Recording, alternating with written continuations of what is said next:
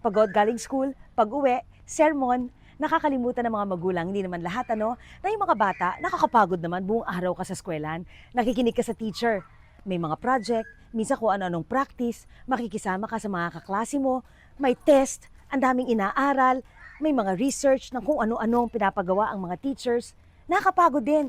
Pero nakakalimutan natin yon kasi syempre mga anak sila, obligasyon nila yon at bawal sila magreklamo.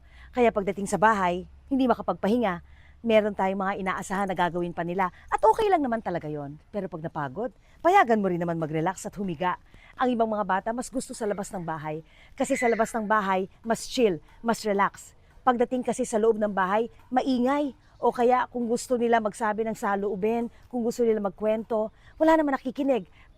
O kaya minsan ang ingay, ang daming nag-aaway. Hindi ba safe ang tahanan? Kaya minsan malungkot din talaga ang mga bata kasi pag uwi, hindi okay. Wala naman nakikinig sa kanila eh. Ang natatanggap lang nila, puro sermon. Pwede naman tayo magalit, bakit hindi? Dapat lang mga magulang tayo. Pero alam mo, ang lahat nasa lugar. Pag galing naman sa eskwela ng mga bata at pagod na pagod, kailangan tumiming din tayo. At bago natin sabihin, pasaway ka talaga. Kinakamusta mo rin ba? Kadalasan kasi hindi naman correction din ang kailangan nila o hindi puro galit at correction. Connection, importante. Think about that.